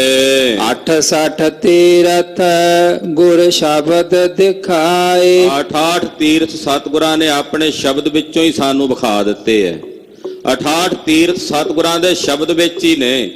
ਸਤਿਗੁਰਾਂ ਦੇ ਸ਼ਬਦ ਵਿੱਚੋਂ ਹੀ ਸਤਿਗੁਰਾਂ ਨੇ ਤਰਸ ਕਰਕੇ ਸਾਨੂੰ 68 ਤੀਰਥ ਵਿਖਾ ਦਿੱਤੇ ਨੇ। ਤਿਤ ਨਾਤੈ ਮਲ ਜਾਏ। ਇਸ ਸ਼ਬਦ ਰੂਪੀ ਤੀਰਥ ਵਿੱਚ ਨਹਾ ਕੇ ਅੰਤਸ਼ਕਰਨ ਦੀ ਜਿਤਨੀ ਮੈਲ ਹੈ ਤਿਸ ਦੀ ਨਿਰਵਿਰਤੀ ਹੁੰਦੀ ਹੈ, ਮੈਲ ਧੁੱਪ ਜਾਂਦੀ ਹੈ। ਹੁਣ ਕੋਈ ਆਖੇ ਜੇ ਤੀਰਥਾਂ ਦਾ ਮਹਾਤਮ ਨਹੀਂ ਤਾਂ ਫਿਰ ਗੁਰੂ ਘਰਾਂ ਵਿੱਚ ਲੱਗੇ ਪ੍ਰਤੱਖ ਤੀਰਥ ਨੇ, ਸਰੋਵਰ ਨੇ, ਤਾਲ ਨੇ, ਗੁਰੂ ਸਾਹਿਬਾਂ ਨੇ ਬਣਾਏ ਨੇ, ਫਿਰ ਉਹਨਾਂ ਦਾ ਕੀ ਪ੍ਰਯੋਜਨ ਰਹਿ ਜਾਂਦਾ ਹੈ? ਗੁਰੂ ਖਾਲਸਾ ਜੀ ਉਹ ਤੀਰਥ ਸਾਨੂੰ ਸਾਡੇ ਨਿਜ ਅੰਤਰਲੇ ਤੀਰਥ ਨਾਲ ਜੋੜਦੇ ਹਨ। ਜਦੋਂ ਗੁਰੂ ਰਾਮਦਾਸ ਪਾਤਸ਼ਾਹ ਦੇ ਪਾਵਨ ਸਰੋਵਰ 'ਚ ਚੁੱਭਾ ਲਾਉਂਦੇ ਹਾਂ ਤਾਂ ਉਸ ਵੇਲੇ ਕੇਵਲ ਤਨ ਹੀ ਪਵਿੱਤਰ ਨਹੀਂ ਹੁੰਦਾ, ਉੱਥੇ ਚੱਲ ਰਹੇ ਸ਼ਬਦ ਦੇ ਕੀਰਤਨ ਦੀ ਧੁਨੀ ਜਦੋਂ ਕੰਨਾਂ ਵਿੱਚ ਪੈਂਦੀ ਆ ਉਸ ਵੇਲੇ ਸਾਡੇ ਹਿਰਦੇ ਦੀ ਵੀ ਪਵਿੱਤਰਤਾ ਹੁੰਦੀ ਹੈ। ਇਸ ਕਰਕੇ ਸੰਸਾਰ ਦੇ ਜਿਹੜੇ ਹੋਰ ਵੀਰਾਂ ਦੇ ਤੀਰਥ ਨੇ, ਹੋਰ ਮਤਾਂਤਰਾਂ ਦੇ ਤੀਰਥ ਨੇ, ਉਹਨਾਂ ਤੀਰਥਾਂ ਤੋਂ ਸਾਡੇ ਗੁਰੂ ਧਾਮਾਂ ਗੁਰ ਅਸਥਾਨਾਂ ਵਿੱਚ ਜਿਹੜੇ ਤੀਰਥ ਨੇ ਉਹ ਵਿਲੱਖਣ ਨੇ। ਉਹਨਾਂ ਤੀਰਥਾਂ ਦੇ ਅਨੇਕ ਪ੍ਰਕਾਰ ਦੇ ਕਰਮਕਾਂਡੀ, ਅਨੇਕ ਪ੍ਰਕਾਰ ਦੇ ਪਖੰਡੀ ਦੰਭੀ ਬੈਠੇ ਲੋਕਾਂ ਦੀ ਲੁੱਟ ਖਸੁੱਟ ਕਰ ਰਹੇ ਹੁੰਦੇ ਨੇ। ਇੱਥੇ ਸਤਿਗੁਰਾਂ ਦੇ ਸ਼ਬਦ ਦੇ ਕੀਰਤਨ ਦਾ ਪ੍ਰਵਾਹ ਹੈ। ਫਿਰ ਕਿਵੇਂ ਤੁਲਨਾ ਦਈਏ, ਕਿਵੇਂ ਆਖੀਏ ਜੀ ਵੇਖੋ ਤੀਰਥਾਂ ਦਾ ਖੰਡਨ ਹੈ। ਗੁਰੂ ਸਾਹਿਬ ਸੱਚੇ ਪਾਤਸ਼ਾਹ ਜੀ ਮਹਾਰਾਜ ਜੀ ਨੇ ਗੁਰੂ ਘਰਾਂ ਵਿੱਚ ਸਰੋਵਰ ਲਵਾਏ, ਤਾਲ ਲਵਾਏ, ਉਹਨਾਂ ਦੇ ਪਿੱਛੇ ਇਹੀ ਪ੍ਰਯੋਜਨ ਹੈ। ਉੱਥੇ ਨਾਲ ਨਾਲ ਕੀਰਤਨ ਦੀਆਂ ਛਹਿਬਰਾਂ ਨੇ। ਉਸ ਜਲ ਦੇ ਵਿੱਚ ਵੀ ਗੁਰੂ, ਕਿਉਂਕਿ ਜਲ ਸੋਖਦਾ ਹੈ ਸ਼ਕਤੀ ਨੂੰ। ਜਿਵੇਂ ਕਿ ਪ੍ਰਾਰੰਭ ਵਿੱਚ ਮੈਂ ਬੇਨਤੀ ਕੀਤੀ, ਸ਼ਬਦ ਦੀ ਚੇਤਨਾ ਜੋ ਗੁਰੂ ਸਾਹਿਬ ਨੇ ਜਗਾਈ ਹੋਈ ਹੈ, ਜਦੋਂ ਜਲ ਦੇ ਉੱਤੇ ਵਰਤਦੀ ਆ ਉਸ ਜਲ ਦੇ ਵਿੱਚ ਵੀ ਉਹ ਚੇਤਨਾ ਆ ਕੇ ਪ੍ਰਵੇਸ਼ ਕਰਦੀ ਹੈ। ਤੁਸੀਂ ਆਪਣੇ ਘਰਾਂ ਵਿੱਚ ਵੀ ਇਸ਼ਨਾਨ ਕਰਦੇ ਹੋ ਪਾਣੀ ਵਿੱਚ, ਸਾਧਕ ਇਸ ਗੱਲ ਨੂੰ ਸਮਝਣਗੇ। ਘਰ ਦੇ ਵਿੱਚ ਪਾਣੀ 'ਚ ਇਸ਼ਨਾਨ ਕਰਦੇ ਹੋ, ਜਦੋਂ ਸਰੋਵਰ 'ਚ ਚੁੱਭਾ ਲਾਉਂਦੇ ਹੋ ਕਿੰਨਾ ਕੁ ਫਰਕ ਮਹਿਸੂਸ ਕਰਦੇ ਹੋ? ਮਹਿਸੂਸ ਹੁੰਦਾ ਨਾ। ਜਦੋਂ ਤਾਲ ਦੇ ਵਿੱਚ ਮਹਾਰਾਜ ਜੀ ਦੇ ਪਾਵਨ ਸਰੋਵਰ ਵਿੱਚ ਚੁੱਭਾ ਲਾਉਂਦੇ ਆ ਤੇ ਘਰ 'ਚ ਇਸ਼ਨਾਨ ਕਰਦੇ ਆ, ਜ਼ਮੀਨ ਅਸਮਾਨ ਦਾ ਅੰਤਰਾ ਮਹਿਸੂਸ ਹੁੰਦਾ ਹੈ। ਪਰ ਇਹ ਸਾਧਕ ਜਾਣੇ ਜਿਹਨੇ ਕਾਮਰੇਡੀ ਬਿਰਤੀ ਰੱਖਣੀ ਆ, ਤਾਰਕਿਕ ਬਿਰਤੀ ਰੱਖਣੀ ਹੈ, ਜਿਸ ਨੇ ਕੁਝ ਛੱਡਣਾ ਹੀ ਨਹੀਂ, ਤਰਕ ਦੇ ਉੱਤੇ ਹੀ ਸਾਰਾ ਕੁਝ ਪੈਮਾਨੇ ਤੇ ਤੋਲਣਾ, ਉਹਨੂੰ ਕੀ ਪਤਾ ਸਾਧਨਾ ਕੀ ਹੁੰਦੀ ਹੈ। ਇਹ ਤਾਂ ਭਾਈ ਸਾਧਕ ਜਾਣੇ ਜਿਸ ਦੇ ਅੰਦਰ ਸਾਧਨਾ ਦਾ ਰਸ ਹੈ। ਇਸ ਕਰਕੇ ਭਾਈ ਸਤਿਗੁਰਾਂ ਦਾ ਸ਼ਬਦ ਵੀ 68 ਤੀਰਥਾਂ ਦੇ ਤੁਲ ਹੈ। ਉਹਦੇ ਵਿੱਚੋਂ ਵੀ ਭਾਈ ਹਿਰਦੇ ਦੀ ਮੈਲ ਨਿਰਵਿਰਤ ਹੁੰਦੀ ਹੈ। ਸੱਚਾ ਸ਼ਬਦ ਸੱਚਾ ਹੈ ਨਿਰਮਲ, ਨਾ ਮਲ ਲੱਗੈ ਨਾ ਜਾਲਾਏ। ਸਤਿਗੁਰਾਂ ਦਾ ਸ਼ਬਦ ਸੱਚਾ ਹੈ, ਸਦਾ ਹੀ ਨਿਰਮਲ ਹੈ। ਇਹਨੂੰ ਨਾ ਕਿਸੇ ਪ੍ਰਕਾਰ ਦੀ ਮੈਲ ਲੱਗਦੀ ਹੈ ਤੇ ਨਾ ਲਾਈ ਜਾ ਸਕਦੀ ਹੈ। ਕੋਈ ਦੂਸ਼ਣਬਾਜ਼ੀ ਨਹੀਂ ਕਰ ਸਕਦਾ ਸਤਿਗੁਰਾਂ ਦੇ ਸ਼ਬਦ ਤੇ ਵੀ ਆਹ ਵੇਖੋ ਜੀ ਇਹ ਠੀਕ ਨਹੀਂ ਲਿਖਿਆ ਗੁਰਬਾਣੀ 'ਚ। ਹਾਂਜੀ, ਸੱਚੇ ਸਿਫਤ ਸੱਚੇ ਸਲਾਹ, ਪੂਰੇ ਗੁਰ ਤੇ ਪਾਏ। ਸਤਿਗੁਰਾਂ ਦੀ ਸਿਫਤ ਵੀ ਸੱਚੀ ਹੈ, ਸਤਿਗੁਰਾਂ ਦੀ ਸਲਾਘਾ ਸੋਭਤ ਵੀ ਸੱਚੀ ਹੈ, ਪਰ ਇਹ ਪੂਰੇ ਗੁਰੂ ਤੋਂ ਪ੍ਰਾਪਤ ਹੁੰਦੀ ਹੈ। ਹਾਂਜੀ, ਤਨ ਮਨ ਸਭ ਕਿਛ ਹਰ ਤਿਸ ਕੇਰਾ, ਸਾਡਾ ਇਹ ਤਨ ਮਨ ਧਨ ਸਭ ਹਰੀ ਪ੍ਰਭੂ ਵਾਹਿਗੁਰੂ ਜੀ ਦਾ ਹੈ। ਦੁਰਮਤ ਕਹਿਣ ਨਾ ਜਾਏ। ਜਿਹੜੀ ਖੋਟੀ ਮੱਤ ਹੈ ਉਹ ਕਹਿਣ ਨਹੀਂ ਦਿੰਦੀ ਸਾਨੂੰ। ਉਹ ਕਹਿੰਦੀ ਨਾ ਮੇਰਾ ਹੈ ਤਾਂ ਹਰੀ ਦਾ, ਪਰ ਜਿਹੜੀ ਉਹ ਖੋਟੀ ਮੱਤ ਹੈ ਉਹ ਕਹਿਣ ਨਹੀਂ ਦਿੰਦੀ ਸਾਨੂੰ। ਉਹ ਆਖਣ ਜੇ ਕੋਈ ਕਹੇ ਵੀ ਤੇ ਕੱਲਾ ਜ਼ੁਬਾਨੀ ਜਿਹਾ ਹੁੰਦਾ। ਜਦੋਂ ਕੋਈ ਚੰਗੀ ਚੀਜ਼ ਸਾਡੇ ਕੋਲ ਕੋਈ ਮਿੱਤਰ ਵੇਖੇ, ਭਾਈ ਬੜੀ ਚੰਗੀ ਹੈ, ਮੈਂ ਲੈ ਲਾ, ਉਤੋਂ ਤੁਮਾਰਾ ਤੁਹਾਡੀ ਹੈ, ਉਹ ਤੋਂ ਕਹਿ ਤਾਂ ਦਿੱਤਾ ਤੁਹਾਡੀ, ਪਰ ਅੰਦਰ ਤਾਂ ਨਹੀਂ ਕਹਿ ਰਿਹਾ, ਫਿਰਦਾ ਤਾਂ ਨਹੀਂ ਕਹਿੰਦਾ। ਏਦਾਂ ਜਿਹੜੀ ਖੋਟੀ ਮੱਤ ਹੈ ਉਹ ਕਹਿਣ ਨਹੀਂ ਦਿੰਦੀ ਵਾਹਿਗੁਰੂ ਪਰਮੇਸ਼ਰ ਦੇ ਸਨਮੁਖ ਵੀ ਇਹ ਤੇਰਾ ਹੈ, ਸਭ ਕੁਝ ਹੈ ਉਸੇ ਦਾ, ਇਹਦੇ 'ਚ ਕੋਈ ਦੋ ਰਾਏ ਨਹੀਂ। ਹਾਂਜੀ, ਹੁਕਮ ਹੋਵੇ ਤਾਂ ਨਿਰਮਲ ਹੋਵੇ, ਹਉਮੈ ਵਿੱਚ ਹੋ ਜਾਏ। ਜਦੋਂ ਸਤਿਗੁਰਾਂ ਦਾ ਹੁਕਮ ਵਰਤਦਾ ਹੈ ਫਿਰ ਇਹਦਾ ਹਿਰਦਾ ਨਿਰਮਲ ਹੁੰਦਾ, ਫਿਰ ਇਹ ਹਿਰਦੇ ਵਿੱਚੋਂ ਹਉਮੈ ਦੀ ਬਿਰਤੀ ਜਾਂਦੀ ਹੈ। ਗੁਰ ਕੀ ਸਾਖੀ ਸਹਜੇ ਚਾਖੇ, ਜਿਨ੍ਹਾਂ ਨੇ ਗੁਰੂ ਦੀ ਸਿੱਖਿਆ ਨੂੰ ਸਹਿਜੇ ਸ਼ਾਂਤ ਅਵਸਥਾ ਵਿੱਚ ਟਿਕ ਕੇ ਚੱਖਿਆ, ਯਾਨੀ ਕਿ ਹਿਰਦੇ 'ਚ ਧਾਰਨ ਕੀਤਾ। ਤ੍ਰਿਸ਼ਨਾ ਅਗਨ ਬੁਝਾਏ, ਉਹਨਾਂ ਨੇ ਆਪਣੇ ਹਿਰਦੇ 'ਚੋਂ ਤ੍ਰਿਸ਼ਨਾ ਦੀ ਅੱਗ ਨੂੰ ਬੁਝਾ ਦਿੱਤਾ ਹੈ। ਗੁਰ ਕੈ ਸ਼ਬਦ ਰਤਾ ਸਹਜੇ ਮਾਤਾ, ਸਤਿਗੁਰਾਂ ਦੇ ਸ਼ਬਦ ਦੇ ਰੰਗ ਵਿੱਚ ਰੰਗੇ ਹੋਏ ਨੇ, ਉਹ ਸਹਿਜ ਵਿੱਚ ਮਸਤ ਹੋ ਗਏ, ਸ਼ਾਂਤ ਤੇ ਟਿਕਾ ਅਵਸਥਾ ਵਿੱਚ ਟਿਕ ਗਏ। ਸਹਿਜ ਰਹਿਆ ਸਮਾਏ, ਸਹਿਜ ਸਰੂਪ ਪਰਮਾਤਮਾ ਵਿੱਚ ਸਮਾ ਕੇ ਅਭੇਦ ਹੋ ਗਏ, ਇਕਮਿਕ ਹੋ ਗਏ। ਹਰਿ ਕਾ ਨਾਮ ਸਤ ਕਰ ਜਾਣੈ, ਇਹ ਗੁਰਮੁਖੋ ਇਹ ਗੁਰਮੁਖਾਂ ਦੀ ਅਵਸਥਾ ਹਰੀ ਦੇ ਨਾਮ ਨੂੰ ਹੀ ਸਤ ਕਰਕੇ ਜਾਣਦੇ ਹਨ। ਗੁਰ ਕੈ ਭਾਏ ਪਿਆਰੇ, ਉਹਨਾਂ ਦੇ ਹਿਰਦੇ ਵਿੱਚ ਗੁਰੂ ਦਾ ਭਾਉ ਹੈ, ਗੁਰੂ ਦਾ ਪਿਆਰ ਹੈ। ਹੈ। ਸੱਚੀ ਵਡਿਆਈ ਗੁਰ ਤੇ ਪਾਈ। ਵਾਹਿਗੁਰੂ ਪਰਮੇਸ਼ਰ ਦੀ ਸੱਚੀ ਵਡਿਆਈ ਗੁਰਮੁਖਾਂ ਨੇ ਗੁਰੂ ਤੋਂ ਪ੍ਰਾਪਤ ਕੀਤੀ ਹੈ। ਸੱਚਾ ਨਾਏ ਪਿਆਰੇ। ਉਹਨਾਂ ਦਾ ਪਰਮੇਸ਼ਰ ਦੇ ਸੱਚੇ ਨਾਮ ਨਾਲ ਹੀ ਪਿਆਰ ਹੈ। ਏਕੋ ਸੱਚਾ ਸਭ ਮੈਂ ਵਰਤੈ। ਇੱਕੋ ਸੱਚਾ ਸਾਰਿਆਂ ਵਿੱਚ ਵਰਤ ਰਿਹਾ ਹੈ। ਇੱਕੋ ਸੱਚ ਸਰੂਪ ਵਾਹਿਗੁਰੂ ਸਾਰਿਆਂ ਵਿੱਚ ਵਰਤ ਰਿਹਾ ਹੈ। ਬਿਰਲਾ ਕੋ ਵਿਚਾਰੇ। ਪਰ ਤੁਹਾਡੇ ਵਰਗੇ ਗੁਰਮੁਖ ਬਿਰਲੇ ਨੇ ਜਿਹੜੇ ਗੁਰੂ ਕੀ ਸੰਗਤ ਵਿੱਚ ਆ ਕੇ ਇਸ ਗੱਲ ਨੂੰ ਵਿਚਾਰਦੇ ਹਨ। ਆਪੇ ਮੇਲ ਲਏ ਤਾਂ ਬਖਸ਼ੇ। ਸਾਹਿਬ ਜੀ ਤਰਸ ਕਰਕੇ ਆਪਣੇ ਨਾਲ ਮੇਲ ਲੈਣ, ਉਹ ਮਿਲਦੇ ਨੇ ਉਹਨੂੰ, ਫਿਰ ਉਹਨਾਂ ਨੂੰ ਬਖਸ਼ ਲੈਂਦੇ ਆ, ਉਹਨਾਂ ਦੇ ਜਨਮ ਮਰਨ ਨੂੰ ਕੱਟ ਦਿੰਦੇ ਹਨ। ਸੱਚੇ ਭਗਤ ਸਵਾਰੇ। ਆਖਿਆ ਜੀ ਕਿਵੇਂ ਬਖਸ਼ਿਆ, ਜਨਮ ਮਰਨ ਤੋਂ ਕਿਵੇਂ ਉਹਨਾਂ ਨੂੰ ਮੁਕਤ ਕੀਤਾ। ਆਖਿਆ ਜੀ ਸੱਚੀ ਭਗਤੀ ਵਿੱਚ ਲਾ ਕੇ, ਸੱਚੀ ਭਗਤੀ ਦੁਆਰਾ ਗੁਰੂ ਨੇ ਉਹਨਾਂ ਨੂੰ ਆਪਣੇ ਹੱਥੀਂ ਸਵਾਰਿਆ। ਜਦੋਂ ਉਹਨਾਂ ਨੂੰ ਸਵਾਰਿਆ, ਆਪਣੇ ਨਾਲ ਮੇਲ ਕੇ ਉਹਨਾਂ ਦੇ ਸਾਰੇ ਔਗਣ ਬਖਸ਼ ਦਿੱਤੇ। ਸਭੋ ਸੱਚ ਸੱਚ ਸੱਚ ਵਰਤੈ। ਸਾਰਿਆਂ ਵਿੱਚ ਸੱਚ ਹੈ।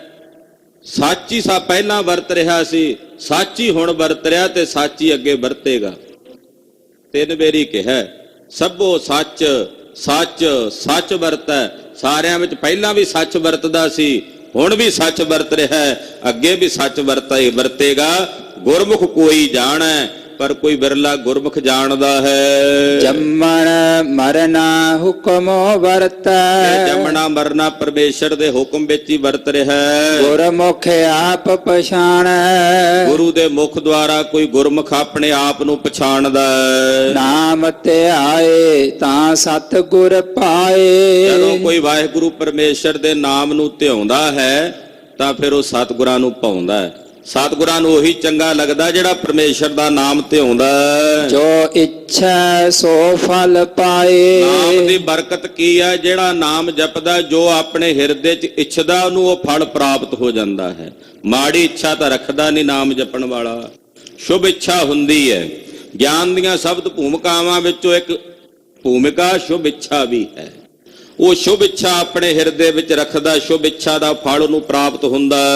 ਨਾਨਕ ਤਿਸ ਦਾ ਸਭ ਕਿਛ ਹੋਵੇ, ਜੇ ਵਿੱਚ ਹੋ ਆਪ ਗਵਾਏ। ਧੰਨ ਗੁਰੂ ਅਮਰਦਾਸ ਪਾਤਸ਼ਾਹ ਕਹਿੰਦੇ ਸਭ ਕੁਝ ਉਸੇ ਦਾ ਹੈ, ਇਸ ਦਾ ਸਭ ਕੁਝ ਹੋਵੇ। ਉਹਦਾ ਸਭ ਕੁਝ ਹੋ ਜਾਂਦਾ ਹੈ ਜਿਹੜਾ ਆਪਣੇ ਹਿਰਦੇ ਵਿੱਚੋਂ ਆਪਣੇ ਆਪੇ ਭਾਵ ਨੂੰ ਗਵਾ ਦਿੰਦਾ। ਜਦੋਂ ਆਪਾ ਭਾਵ ਗਵਾ ਦਿੱਤਾ, ਉਹਦਾ ਸਾਰਾ ਕੁਝ ਹੋ ਗਿਆ, ਕਿਉਂਕਿ ਉਹੀ ਤਾਂ ਪਸਰਿਆ ਹੋਇਆ ਸਰਬ ਥਾਈਂ। ਫਿਰ ਉਹ ਆਪਣਾ ਆਪ ਹੀ ਹੋ ਜਾਂਦਾ ਹੈ। ਸਭ ਕੁਝ ਆਪੇ ਆਪ ਵਾਲੀ ਖੇਡ ਇਸ ਗੁਰਮੁਖ ਨੂੰ ਪ੍ਰਾਪਤ ਹੋ ਜਾਂਦੀ ਹੈ। ਸਤਿਗੁਰੂ ਗੁਰੂ ਅਮਰਦਾਸ ਤੀਸਰੇ ਪਾਤਸ਼ਾਹ ਜੀ ਮਹਾਰਾਜ ਜੀ ਦੇ ਪਵਿੱਤਰ ਪਾਵਨ ਅੰਮ੍ਰਿਤ ਬਚਨਾਂ ਨੂੰ ਵਿਚਾਰਦਿਆਂ ਹੋਈਆਂ ਅਨੇਕਾਂ ਪ੍ਰਕਾਰ ਦੀਆਂ ਭੁੱਲਾਂ ਚੁੱਕਾਂ ਦੀ ਖਿਮਾ ਕਰਨੀ ਜੀ।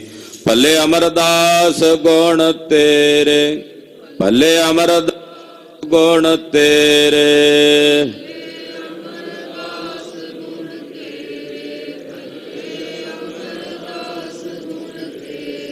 ਤੇਰੀ ਉਪਮਾ ਤੋਹਿ ਬਨ ਆਵੈ, ਤੇਰੀ ਉਪਮਾ ਤੋਹਿ ਬਨ ਆਵੈ। ਤੇਰੀ ਉਪਮਾ ਤੋਹਿ ਬਨ ਆਵੈ, ਤੇਰੀ ਉਪਮਾ ਤੋਹਿ ਬਨ ਆਵੈ। ਤੇਰੀ ਉਪਮਾ ਤੋਹਿ ਬਨ ਆਵੈ, ਤੇਰੀ ਉਪਮਾ ਤੋਹਿ ਬਨ ਆਵੈ। ਤੇਰੀ ਉਪਮਾ ਤੋਹਿ ਬਨ ਆਵੈ, ਤੇਰੀ ਉਪਮਾ ਤੋਹਿ ਬਨ ਆਵੈ। ਵਾਹਿਗੁਰੂ ਵਾਹਿਗੁਰੂ, ਵਾਹਿਗੁਰੂ ਵਾਹਿਗੁਰੂ, ਵਾਹਿਗੁਰੂ ਵਾਹਿਗੁਰੂ, ਵਾਹਿਗੁਰੂ ਵਾਹਿਗੁਰੂ, ਵਾਹਿਗੁਰੂ ਵਾਹਿਗੁਰੂ, ਵਾਹਿਗੁਰੂ ਵਾਹਿਗੁਰੂ, ਵਾਹਿਗੁਰੂ ਵਾਹਿਗੁਰੂ, ਵਾਹਿਗੁਰੂ ਵਾਹਿਗੁਰੂ। ਵਾਹਿਗੁਰੂ ਜੀ ਕਾ ਖਾਲਸਾ, ਵਾਹਿਗੁਰੂ ਜੀ ਕੀ ਫਤਿਹ।